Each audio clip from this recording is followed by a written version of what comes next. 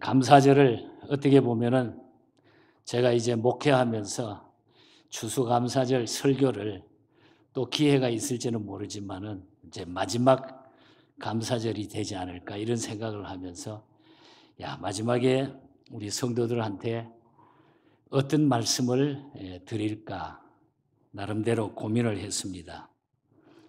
아마 제일 중요한 것은 우리가 감사의 기회가 주어졌을 때에 그 기회를 잊어버리지 않는 것이 제일 중요하다. 그런 생각을 하면서 우리 감사의 기회를 잃지 말자. 이런 말씀으로 마지막 우리 감사의 메시지를 전하면서 저와 여러분들이 함께 감사의 기회가 있을 때에 절대 잊어버리지 않고 감사의 승리자들이 모두 되시기를 간절히 축복합니다. 제가 한번 설교하면서 말씀드렸던 예화인데 제가 읽은 책 가운데 아주 감명이 깊었던 그런 책입니다. 우리 기독교 사회학자이자 설교가였던 그 토니 캠폴로 교수라는 분이 계시는데 이분의 책에서 이런 이야기를 읽은 적이 있습니다. 이분이 자기 친구 집을 방문을 했다가 들은 이야기라고 자기가 그 책에 적어놓은 이야기입니다. 그의 친구에게 4살 된 딸이 있었다고 합니다. 그런데 어느 날 막 폭풍우가 치고 무섭게 번개를 치던 날 밤이었습니다. 갑자기 딸이 2층 방에 혼자 있다는 사실을 깨닫는 순간에 딸의 고함치는 소리가 들렸다고 그럽니다. 그래서 아이고 무슨 일이 있나 아빠가 걱정을 해서 그냥 2층으로 뛰어 올라가게 되죠. 얼마나 우리 딸이 겁을 먹었을까 하는 생각에 이 캠플로 교수의 친구는 2층으로 급히 뛰어 올라갔습니다. 그런데 그의 딸이 올라가서 보니까 창문을 활짝 열고 창문 앞에 양팔을 벌리고 선 채 큰 소리로 딸이 이렇게 외치고 있었습니다. 하나님 감사해요. 제 사진을 찍어주시는 거죠. 번개가 치니까 하나님 감사해요. 제 사진을 찍어주시는 것이죠. 가능하면 멋지게 찍어주세요. 4살 먹은 딸아이가 그렇게 이야기를 하더라는 거예요. 그날 밤 그 친구는 딸의 존재가 하나님이 보낸 천사처럼 느껴졌고 다른 가족들에게 그 두려운 밤은 잊기 어려운 행복한 밤이 되었다. 그런 고백을 그 책에서 했습니다. 캠플록 교수 역시 친구의 천진난만한 딸 이야기를 통해 가지고 감사의 진정한 의미와 인생을 바라보는 시각을 교정할 수 있었다고 고백을 했습니다. 폭풍이 치고 내성과 번개가 요란했던 밤에 하나님이 자기 사진을 찍어주시고자 플래시를 터뜨리는 것으로 해석할 줄 알았던 그 로맨틱한 소녀의 마음과 어른들조차 두려웠던 그날 밤 이 소녀의 입술에서 나온 하나님 감사해요. 하나님 감사해요. 이것은 그 어떤 신앙 고백보다도 위대한 것이 되었다고 하는 것입니다. 오늘 본문에 등장하는 한 여인의 사건이 일어났던 상황은 바로 폭풍우가 몰아치고 내성이 울리던 밤이었습니다. 당시 종교인을 대표하던 대제사장과 서기관들이 예수님을 죽이고자 모의하던 밤이었습니다.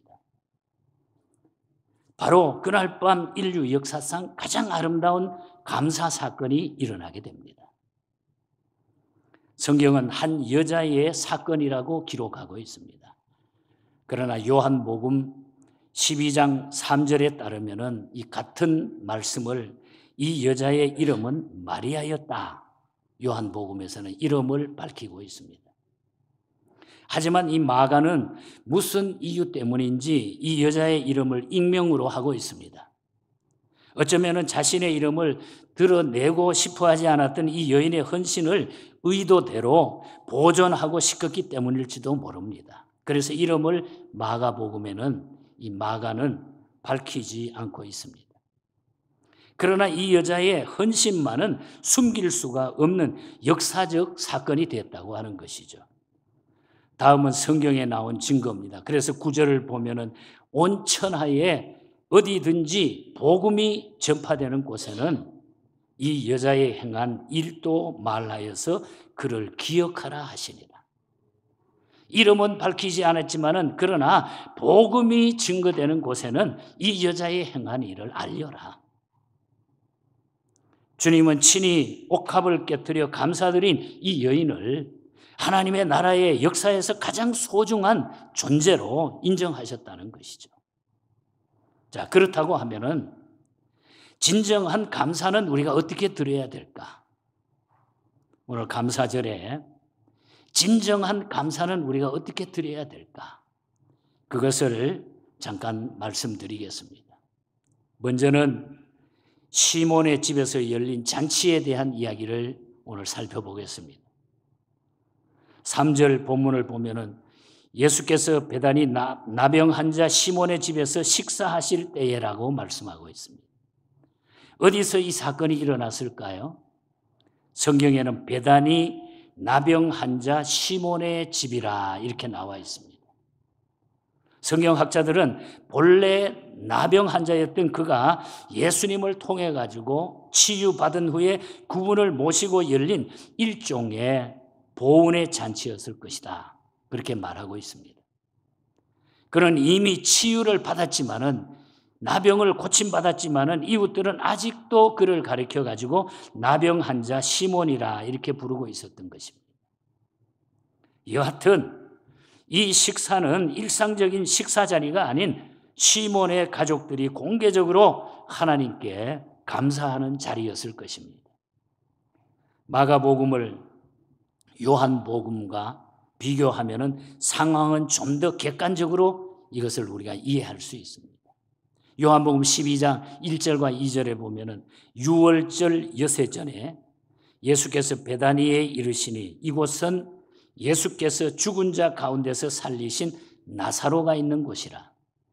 거기서 예수를 위하여 잔치할 새 마르다는 일을 하고 나사로는 예수와 함께 앉은 자 중에 있더라 그랬습니다. 이어서 마리아의 현실이 소개되고 있습니다. 여기서 분명하게 드러나는 것은 이 잔치가 예수님을 위한 잔치였다 하는 것이 드러나고 있습니다. 잔치는 예수님을 위한 잔치였다. 그리고 이 식탁에는 나사로도 함께 왔다는 것이죠. 마가복음에 따르면 잔치가 열린 곳은 시몬의 집이었습니다. 그가 호스트, 즉 주인이었습니다. 그는 불치의 병에서 치유받은 감격으로 이 자리를 만든 것입니다. 마찬가지로 나사로 역시 이 잔치의 또 다른 주인공이 됐다고 하는 거죠. 베다니 마을을 묘사하면서 죽은 자 가운데서 살리신 나사로가 있는 곳, 문둥병, 이 나병을 고친 이 귀한 시몬, 두 사람에게는 엄청난 여기에 대한 감격과 이 주님의 은혜를 잊지 못했을 거예요. 그것을 감사해가지고 그 자리에 잔치가 벌어지고 있었다는 거죠. 실로 나사로는 죽음에서 다시 산 기적의 부활을 체험했습니다. 어려운 감사로 이 자리에 한 걸음 달려왔던 것입니다. 시몬의 집에서 열린 이 잔치는 메시아의 은혜를 경험한 자들이 그대로 있을 수가 없다는 자발적인 가문의 잔치였어요. 그 감사의 은혜에 감격해서 그냥 있을 수가 없었다는 거죠. 기적을 보고 베풀어 주신 말씀으로 구원을 체험하고 인생의 새 소망을 얻은 사람들로서 마리아 역시 어떻게 이대로 있을 수가 있었겠습니까? 그래서 이 여인은 이들 공동체의 감사에서 열애자가 될 수가 없었던 거예요. 그래서 이 마리아도 이 자리에 찾아오게 된 거예요. 우리는 개인적으로 언제라도 주님께 감사드릴 수가 있습니다. 하지만은 기독교 공동체는 구약에서부터 늘 이런 공동체 감사라는 전통을 가지고 왔어요. 자, 나사로 같이 혹은 시몬 같이 혹은 마리아 같이 많은 사람들이 주님의 은혜를 입고 특별히 죄로 말미암아 죽을 수밖에 없던 그 영혼의 구원에 대한 감격이 그냥 잊어지지 않아가지고 어떤 공동체의 감사로 이것이 이어졌다는 거죠. 구약의 초막절이 바로 그것입니다. 1년의 추수를 마치고 온 가족이 집 옆에 수콧이라고 하는 천막을 치고 마치 그들이 광야를 지날 때에 천막을 가지고 이동하면서 주의 인도를 받아왔다는 것을 회상하면서 감사 축제를 벌였던 것이 바로 그와 같은 일들이죠. 102명의 청교도들은 믿음의 자유를 찾아가지고 도착한 약속의 땅에서 첫 해를 지나면서 많은 사람들이 죽었지만 그러나 1년이 지나고 나서 그들은 정착해서 도왔던 인디안들을 초대해가지고 칠면조를 잡고 감사 축제를 벌였습니다. 그것이 바로 추수감사절의 유래라는 거죠. 이 감사는 공동체의 감사가 대단히 중요해요. 우리가 감사하는 자들이 한 자리에 모이고 감사하는 자들이 함께 한다고 하는 것은 놀라운 하나님의 능력의 표현이고 이것을 통해서 하나님은 크게 역사하신다는 거죠. 추수감사절에 온 가족이 함께 식탁에 둘러앉아서 한 끼 식사라도 가족적인 감사의 만찬 예배를 드리기를 부탁합니다. 정말 하나님의 은혜가 감사해서 우리 가족이 모였어. 또 사랑하는 친구들과 혹은 아는 사람과 모여서 오늘 우리는 이 감사절에 맛있는 음식을 가져오고 이렇게 기쁨으로 서로가 섬길 수 있는 것은 공동체의 감사. 하나님이 주신 이 은혜가 너무 감사하기 때문에 함께 오늘도 감사절의 축복을 우리는 나누고 있는 것입니다. 그리고 교회적으로 감사 예물을 드리고 공동체의 감사 축제에 여러분들은 꼭 어디든지 참여할 수 있기를 바랍니다. 할 수 있는 곳에서 구체적으로 감사할 줄 아는 성도가 되어야 된다는 거예요. 오늘 시몬, 나사로, 마리아처럼 이들이 시간과 물질과 여러 가지 모습으로 하나님 앞에 공동체 의식을 가지고 하나님 앞에 감사해. 아, 저 사람이 감사해. 나도 감사하지. 맞아. 내가 입은 은혜도 생각하면 저게 못지않는 은혜야 하면서 감사의 자리에 달려가는 거예요. 거기에 하나님께서는 그 감사의 에너지를 통해서 우리에게 주시는 은혜는 무한하다고 하는 것. 이 은혜를 늘 나누시기를 바랍니다. 이런 감사의 기회를 잃지 말기 바랍니다. 두 번째로 말씀을 나누고 싶은 것은 최선의 헌신으로 나타나는 사람들이라고 하는 것. 여인 마리아는 나는 무엇으로 감사할까? 그 감사의 자리에 가서 나는 무엇으로 감사할까 생각을 하고 또 생각을 했습니다. 그때 고이 간직해온 옥합을 생각해낸 것입니다. 인생의 중요한 때 이 옥합 속에 향유를 사용하려고 소중히 간직해온 전 재산과 같은 그런 향유였습니다. 성경은 이 향유의 가치를 오늘 본문에 보니까 300데나리온 이상이었다. 당시에 평범한 노동자의 하루 품삯이 한 데나리온이에요. 그렇다고 하면은 그 가치는 거의 1년 연봉에 해당하는 그런 헌신이었다. 1년 동안 자기가 모을 수 있는 그 물질을 이 향유 옥합을 이 마리아는 그대로 드렸다고 하는 거죠. 그녀는 전혀 망설이지 않았습니다. 옥합을 깨서 예수님의 머리 위에 향유를 붓습니다. 그것이 그녀가 할 수 있는 최선의 헌신이었고 해야 할 헌신이라고 자기 자신이 굳게 믿었기 때문에 사람들은 어찌해서 이 비싸고 좋은 향유를 허비하는가 4절에 그렇게 말하죠. 하지만 예수님의 견해는 그 모습을 보고 달랐던 것입니다. 6절에 보면 예수께서 이르시되 가만두라. 너희가 어찌하여 그를 괴롭게 하느냐. 그가 내게 좋은 일을 하였느니라. 예수님은 그렇게 말씀하고 있어요. 여기서 좋은 일이라고 하는 것은 아름다운 일로 번역이 됩니다. 아름다운 일. 그것은 아름다운 사랑의 낭비였다는 것이죠. 그런데 성경은 가장 아름다운 가치 있는 낭비가 헌신 혹은 헌금이라고 가르치는 거예요. 우리가 하나님 앞에 드리는 이 헌금, 이 물질은 낭비라고 하는 뜻을 가지고 있어요. 이 사랑의 낭비는 우리 하나님 앞에 낭비하는 거예요. 사랑의 낭비예요. 사랑을 위해서 낭비하는 것이 우리가 드리는 헌금이에요. 하나님 앞에 드리는 예물입니다. 무슨 이유일까요? 주께서 기억하시기 때문에. 그것을 우리 주님이 기억하시기 때문에. 아무리 우리가 좋은 일이라고 해도, 아무리 잘한 일을 해도 우리 주님이 기억하지 않는 일은 별로 소용이 없는 거예요. 사랑의 낭비는 우리 주님이 기억하신다. 그리고 그것은 영원한 사랑의 흔적을 남기기 때문입니다. 예절은 최소한의 의무에서 끝나지만은 사랑은 최선의 헌신으로 나타나게 돼 있어요. 사랑은 최선의 헌신으로 나타나게 돼 있어요.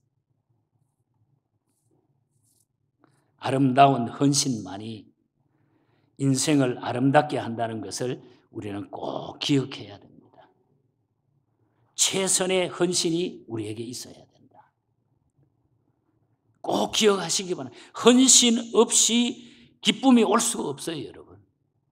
가장 귀한 것을 주님을 위해서 드린 마리아처럼 말입니다, 여러분. 그래서 우리는 인생을 살면서 정말 중요하고 귀한 것이 무엇일까? 내가 제일 중요하게 내 인생에서 무엇을 내가 가지고 무엇을 바라보고 내가 어떤 길을 걸어가고 있는가? 우리 주님이 거기에서 사라지거나 주님과 관계가 없는 일이라고 하면 별로 소용이 없습니다. 주님께 최선의 헌신을 드릴 수 있는 저와 여러분이 되시기를 바랍니다. 그러면 우리 주님이 다 그걸 기억하신다. 기억하신다. 그래, 내가 알았어. 내가 너 마음 다 알지. 그래, 네가 뭘 원하는 걸 내가 알지. 하나님이 기억하신다. 하나님이 기억해 주시는 귀한 성도, 귀한 일꾼 꼭 되시기를 바랍니다, 여러분. 그래서 우리는 그 감사의 기회를 잃어버리지 않아야 돼요. 마지막으로 한 가지 더 말씀을 드리고 싶은 것은 시간이라고 하는 제한이, 시간의 제한이라고 하는 운명, 시간에 대한 문제입니다. 이 여자가 옥합을 깨고 예수님께 향유를 부어 드릴 때가 언제였습니까? 오늘 마가복음 14장 1절에 보면은 이틀이 지나면 유월절과 무교절이라 그랬어요. 유월절과 무교절. 예수님은 유월절 주간 마지막 날 금요일에 십자가에 못 박히게 되죠. 그러니까 이 사건은 금요일 유월절 시작 이틀 전 수요일에 일어난 사건이었습니다. 예수님이 체포되어 가지고 십자가로 가시기 불과 9일 전에 일어난 일이에요. 9일 전. 만약에 마리아가 예수님께 이 사랑의 표현을 드리지 못하고 주님의 임종 소식을 접했다고 하면 얼마나 뼈저린 회한으로 남았을까요? 9일 전에 그냥 그런 일이 없이 그냥 주님이 십자가에 못 박히고 떠났다고 관계없이 갔다고 하면 얼마나 그것이 회한으로 남았을까? 그런데 9일 전에 그 시간을 놓치지 않았다고 하는 거죠. 다행히 그녀는 기회를 잃지 않았습니다.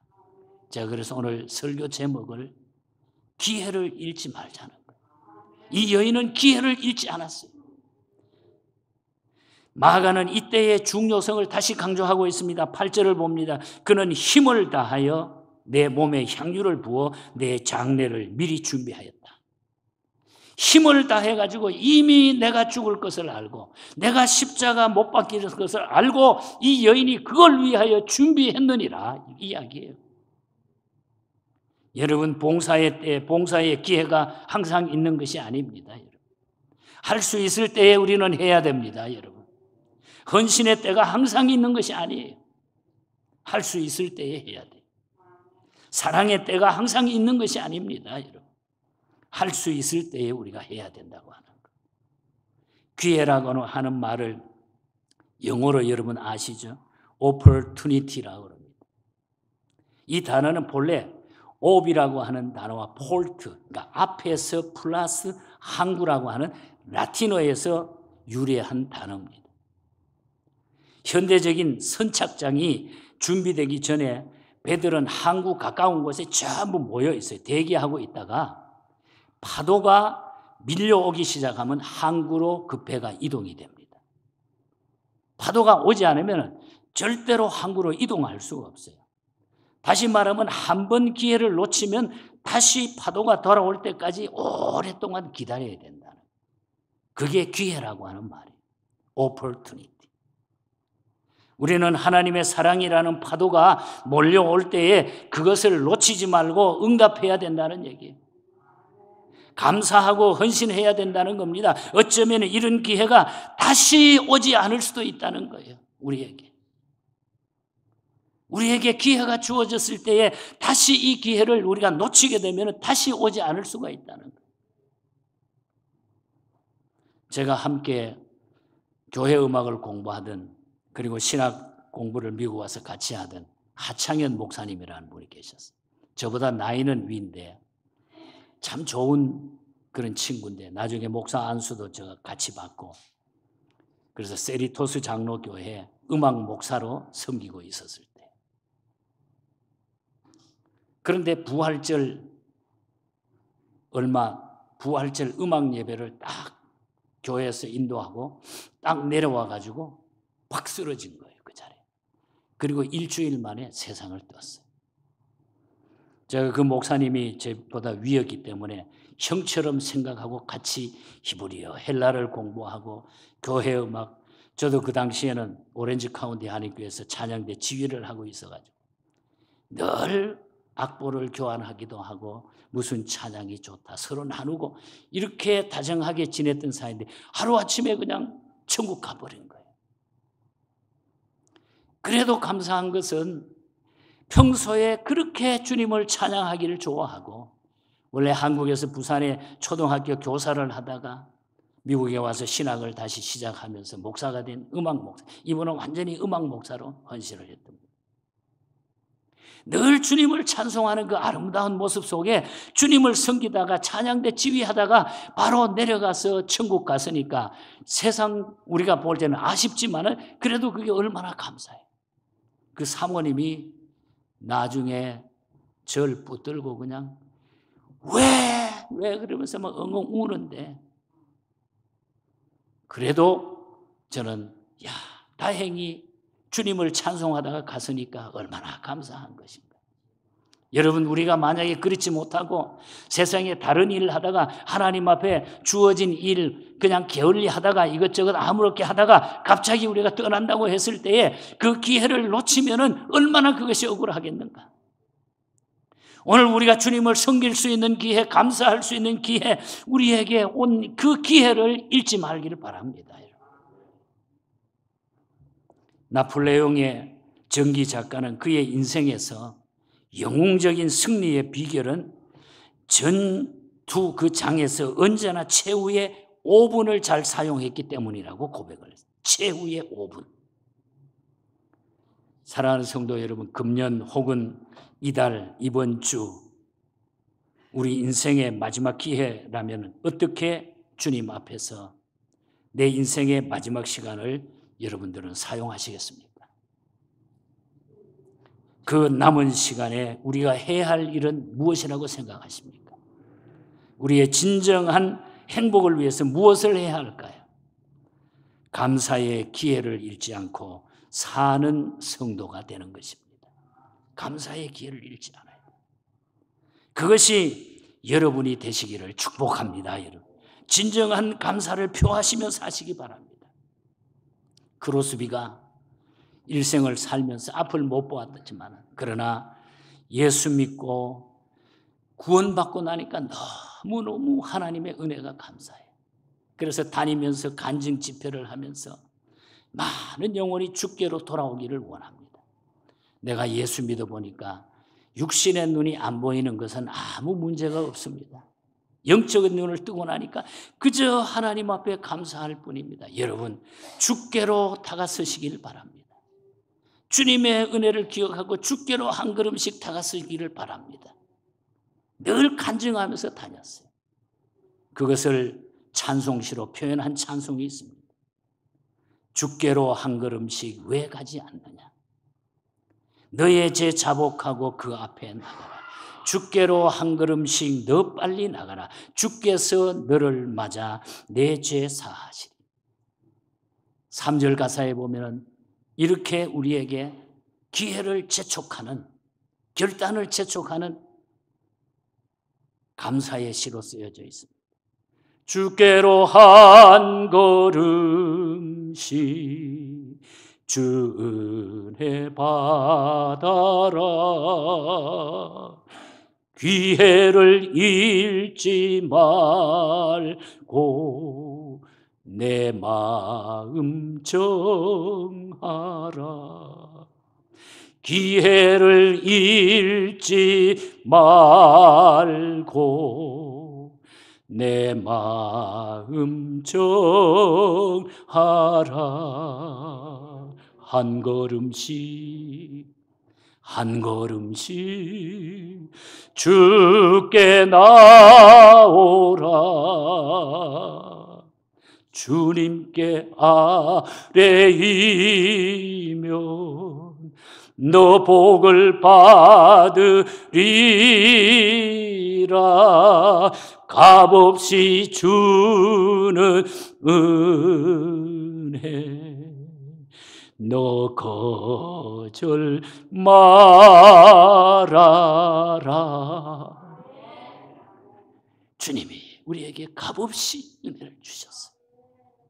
거절하지 말고 기회 잃지 말고. 그래서 크로스비는 이 찬송의 제목을, 원제목을 Only a step이라고 하는, 한 걸음만 더, Only a step, 한 걸음만.